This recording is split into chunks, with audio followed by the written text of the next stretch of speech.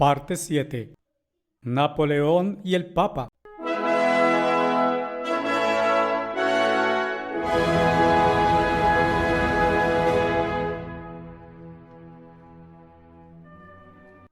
El sueño de los Habsburgo de un imperio unificado que abarcara a todo el mundo cristiano se ha visto frustrado por las fuerzas del nacionalismo y la enemistad religiosa. Las guerras esmalcaldas entre los príncipes luteranos del Sacro Imperio Romano Germánico y los príncipes católicos liderados por el emperador Carlos V terminaron en 1555 con la paz de Augsburgo. Ahora, tanto los católicos romanos como los luteranos están oficialmente reconocidos dentro del imperio. Pero este compromiso de paz tiene muchas deficiencias y no satisface a nadie por completo. Y no reconoce el calvinismo, una fe que se extendió rápidamente en la segunda mitad del siglo XVI.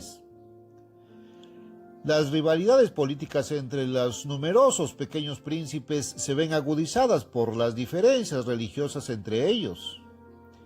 En 1618, la paz incierta se derrumba y estalla el más terrible de todos los conflictos religiosos, la Guerra de los 30 años. Comienza como una conflagración entre católicos y protestantes, pero rápidamente crece hasta convertirse en una lucha nacional de vida o muerte entre los Borbones franceses y los Habsburgo, austroespañoles, por el dominio de Europa. Desde Atila el Huno, Europa no había visto tal carnicería y destrucción. En esta guerra todos somos perdedores. En 1648, la paz de Westfalia pone fin a la guerra y establece una paz precaria en el continente. Pero el campo alemán está arruinado. Hará falta un siglo para recuperarse. La guerra ha asestado un duro golpe al Sacro Imperio Romano. A partir de ahora, el imperio no tiene historia propia. Se ha convertido en una colección dispersa de estados rivales separados. En el año 1700, Alemania era un mosaico de más de 1700 príncipes y nobles independientes y semi-independientes. Son vasallos del emperador Habsburgo, solo de nombre. Sin un imperio unido y subordinado, la posición del emperador en Europa es débil. Las perspectivas de hacer realidad el ideal de un único imperio europeo, una cristiandad unificada, parecen sumamente oscuras. El Sacro Imperio Romano se ha convertido en un nombre vacío. El filósofo francés Voltaire lo describiría en breve como ni santo, ni romano, ni imperio. Sin embargo, las formas exteriores y los títulos del imperio continúan. Una amenaza aún mayor para la existencia del Sacro Imperio Romano es el creciente poder de Francia. En 1661, el joven rey Luis XIV asume el control personal activo de los asuntos estatales de Francia. Luis tiene un fuerte sentido de misión real. Quiere convertirse en el príncipe más importante de Europa. Se ve a sí mismo como el heredero de Carlomagno y busca resucitar el imperio franco bajo su llegada y satisface su liderazgo. Gobernando desde su gran palacio en Versalles, el control real de Luis es absoluto. L'État c'est moi, declara, yo soy el Estado. Se le conoce popularmente como el Gran Monarca o como el Roi Soleil, el Rey Sol. Bajo Luis, la influencia de Francia en Europa se expande. El ejército francés se convierte en el más fuerte de Europa. La monarquía francesa alcanza su cenit. Luis se embarca en una larga serie de guerras destinadas a mantener el dominio de Francia en el continente. Esta política, en última instancia, conduce al desastre. La mayor de ellas es la Guerra de Sucesión Española, de 1701 a 1714, en la que Luis pierde la lucha para asegurar la corona de España para su nieto. Es la culminación de la rivalidad entre Borbones y Habsburgo, Una Francia empobrecida queda reducida a una potencia europea de segunda categoría, por un tiempo. Mientras tanto, otra potencia europea está en ascenso, el Estado protestante de Brandeburgo, que pronto será conocido como Brandeburgo-Prusia o simplemente Prusia. Prusia está gobernada por los Hohenzollern, una familia de condes alemanes. En mayo de 1740, Federico II asciende al trono como rey de Prusia. La historia lo conocerá como Federico el Grande. Federico cree que debe establecerse una tercera potencia política fuerte en Europa para compensar la fuerza de Francia y Austria. Esta potencia, declara, debe ser Prusia. Bajo Federico, Prusia se convierte en rival de Austria por el control de los estados alemanes. Federico, que no es católico, tiene en baja estima a los Habsburgo católicos y los somete al ridículo público. Federico construye un gobierno fuerte y un ejército eficiente. En poco tiempo, la reputación militar de Prusia se vuelve insuperable en Europa. La gran guerra de su reinado se produce en 1756. Es la Guerra de los 7 Años, que enfrenta a Federico contra los ejércitos combinados de Austria, Francia, Rusia, Suecia y Sajonia. Federico es atacado vigorosamente y sus fuerzas se enfrentan a la aniquilación. Está en juego la existencia misma de Prusia. Al final, la muerte de Isabel de Rusia y el cansancio de Francia le salvan. Por sí solas, Austria y sus aliados no pueden vencer a Federico. Austria tiene que aceptar el hecho de que Prusia es un fuerte rival por el liderazgo en Alemania. Después de que pase otro siglo, el rey de Prusia se convertirá en emperador de una Alemania unida. De vuelta en Francia, la situación es terrible. Luis XIV ha muerto. Su débil bisnieto, Luis XV, se dedica a la búsqueda de mujeres. Apres moi le diluvio, declara, después de mí la inundación. Y es así. El reinado de su nieto, Luis XVI, comienza en 1774. Es el preludio de la Revolución. El despilfarro de la monarquía francesa casi ha arruinado al país. El despilfarro de la corte, personificado en la impopular y extravagante reina de Luis XVI, María Antonieta, le granjea el desprecio del pueblo francés. Los anticuados privilegios feudales de la nobleza causan un gran resentimiento. El descontento es generalizado. Los impuestos son pesados. La miseria del hombre común llega al punto de ruptura. Los acontecimientos ahora avanzan rápidamente. El 14 de julio de 1789, la población de París toma cartas en el asunto. Una turba asalta la prisión de la Bastilla, el odiado símbolo de la monarquía absoluta y el despotismo. Este acontecimiento desencadena la poderosa explosión que la historia llamará Revolución Francesa. La insurrección se extiende rápidamente por toda Francia. La corona y la nobleza quedan sitiadas. Los campesinos queman castillos y aterrorizan a sus nobles terratenientes. Un gobierno revolucionario toma el control del Estado. Luis XVI y su reina son encarcelados. Posteriormente son juzgados y guillotinados. Un sangriento reino de terror se apodera del país, mientras los nobles y las personas con simpatías contrarrevolucionarias reales o supuestas son condenados a la espada. La religión también es objeto de ataques. La iglesia en Francia queda bajo control estatal. Se confiscan las tierras y las riquezas de la iglesia. Se suprimen las órdenes religiosas y se exigen al clero que preste juramento de fidelidad a la Constitución.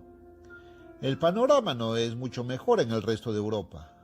Durante décadas, el papado ha estado prácticamente excluido de los asuntos políticos de Europa.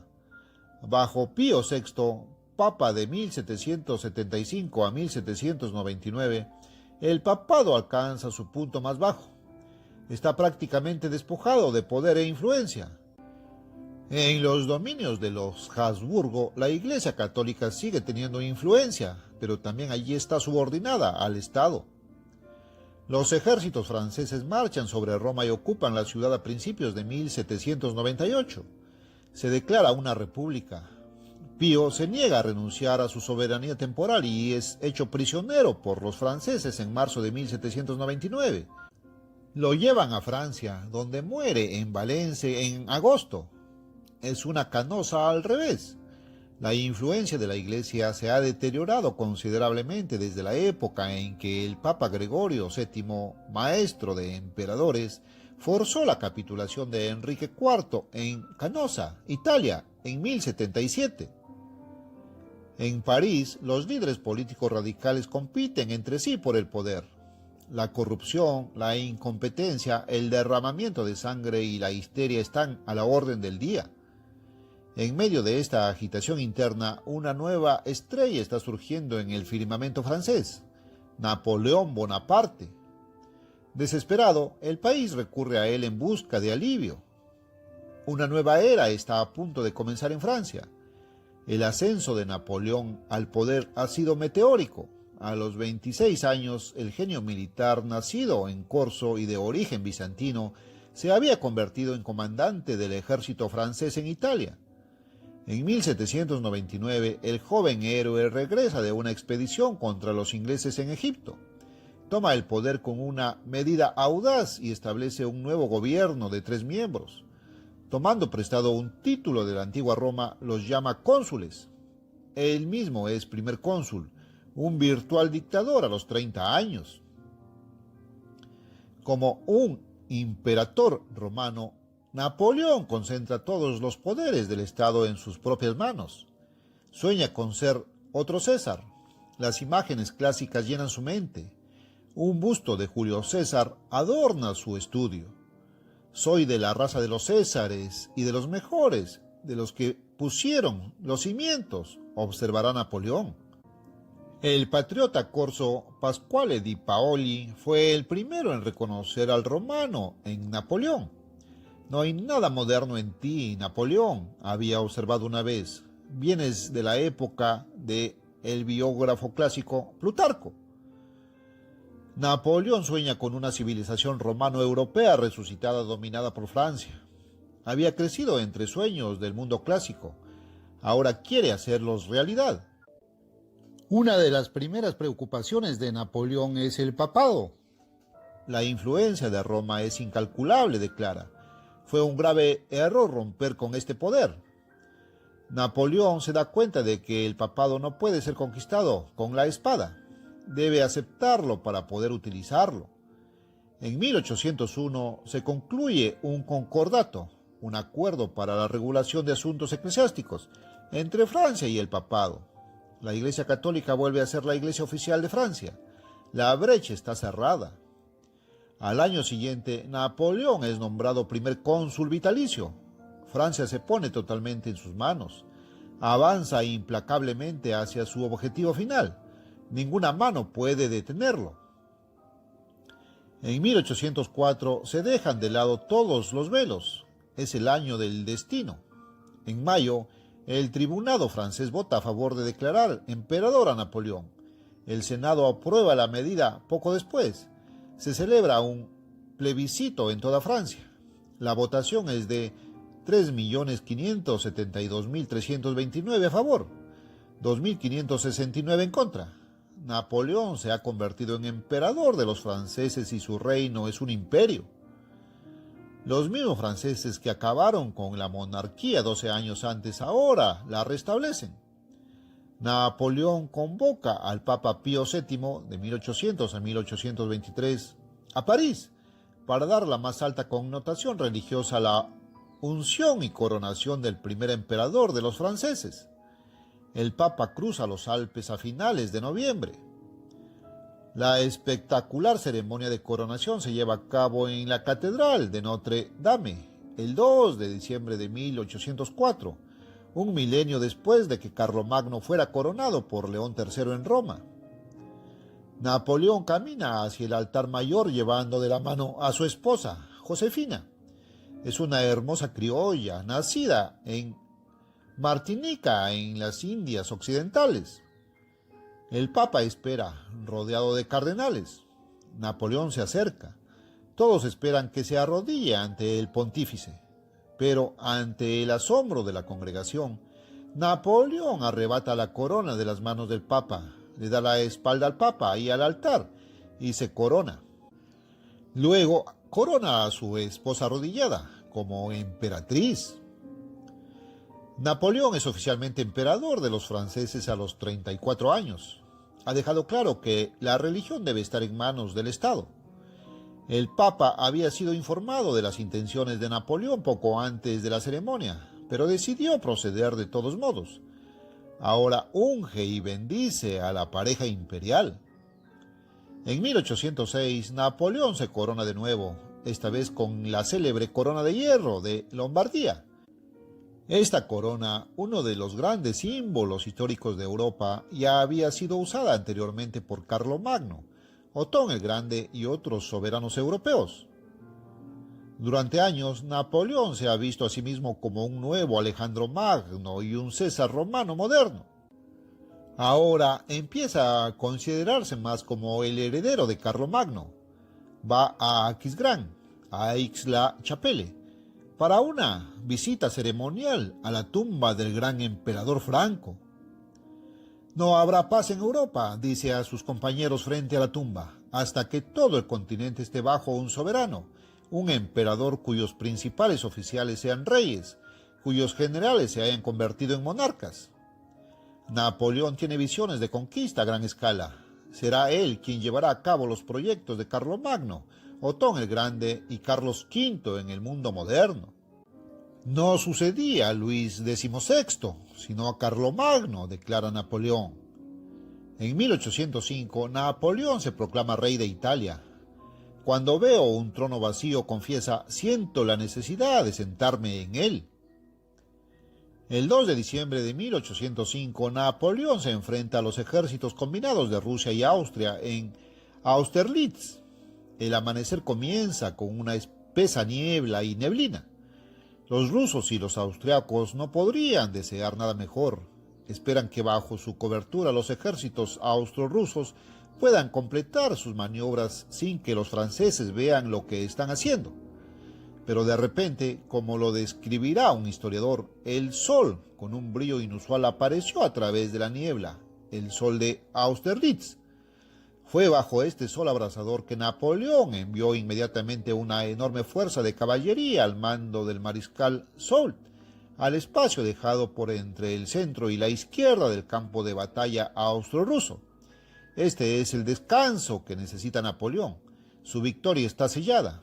Muchos lo ven como resultado de una intervención divina. Francia es ahora indiscutiblemente la primera potencia del continente. Austerlitz da a Napoleón una mayor confianza. Dígale al Papa, escribe a Roma, soy Carlomagno, la espada de la Iglesia, su emperador, y como tal espero ser tratado. Con renovado vigor, Napoleón sigue adelante con sus planes de crear unos Estados Unidos de Europa, una liga de estados europeos bajo hegemonía francesa. Uniré todas las naciones en una sola, declara. En julio de 1806, Napoleón organiza la Confederación del Rin, Rheinbund. Es una unión de todos los estados de Alemania, excepto por supuesto Austria y Prusia, bajo su protección. Con el advenimiento de esta federación controlada por los franceses, queda claro para todos que el Sacro Imperio Romano liderado por los Austrias está muerto. Napoleón ha reordenado el mapa de Europa. Es supremo en Europa Occidental y virtual dictador en los estados alemanes. Ha usurpado la primacía del Sacro Emperador Romano entre los monarcas de Europa. En vista de estos hechos, resulta absurdo que un archiduque austriaco lleve el grandioso título de emperador del Sacro Imperio Romano Germánico, pretendiendo ser supremo sobre la cristiandad. El 6 de agosto de 1806, el emperador del Sacro Imperio Romano Germánico, Francisco II, renuncia formalmente a sus títulos y se despoja de la corona imperial.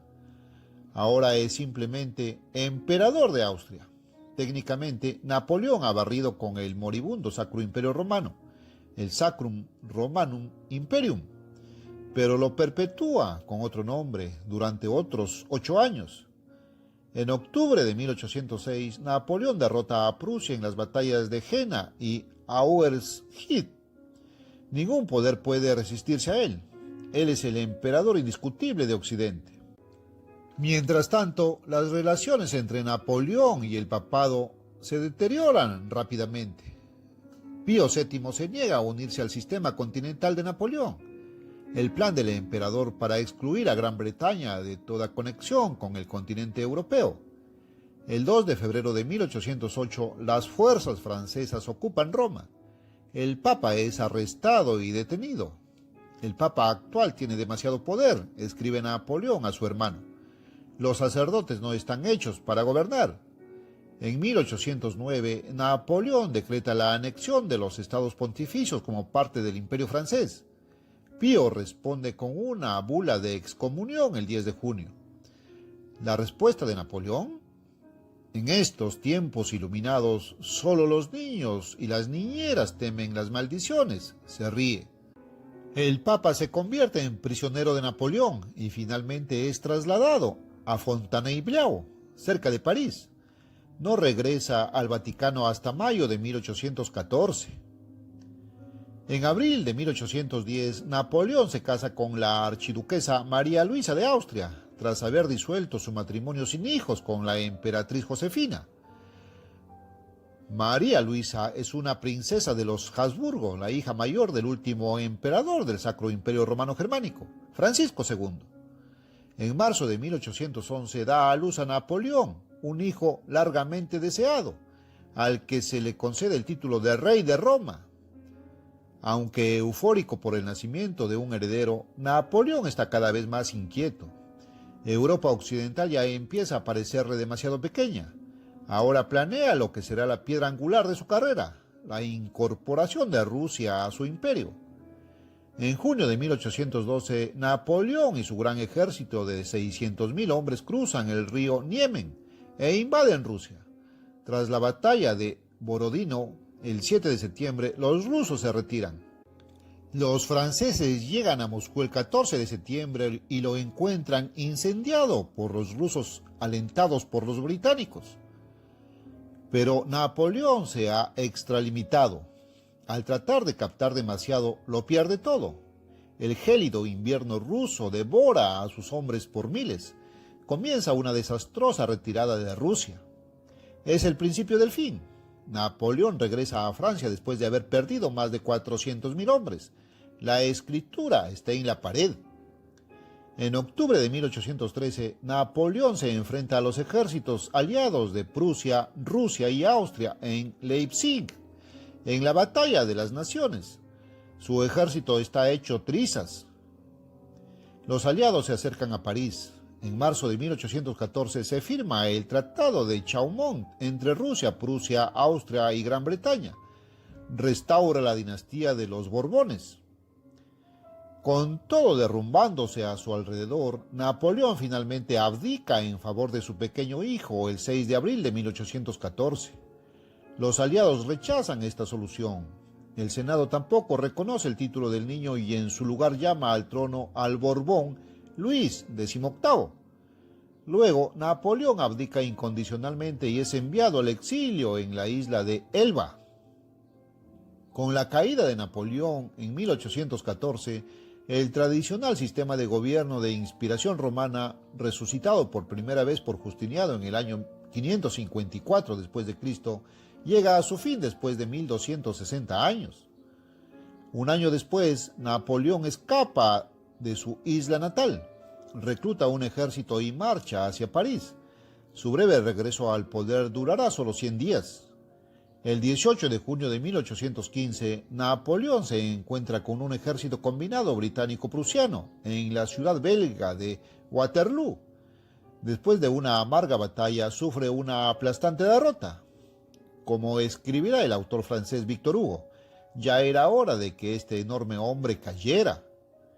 El 15 de julio, Napoleón se rinde y como prisionero es enviado a Santa Helena, una isla volcánica en el Océano Atlántico Sur. El pequeño corzo que había conquistado Europa se convierte en un águila enjaulada. ¿Qué puede hacer en una pequeña roca en el fin del mundo? Se lamenta.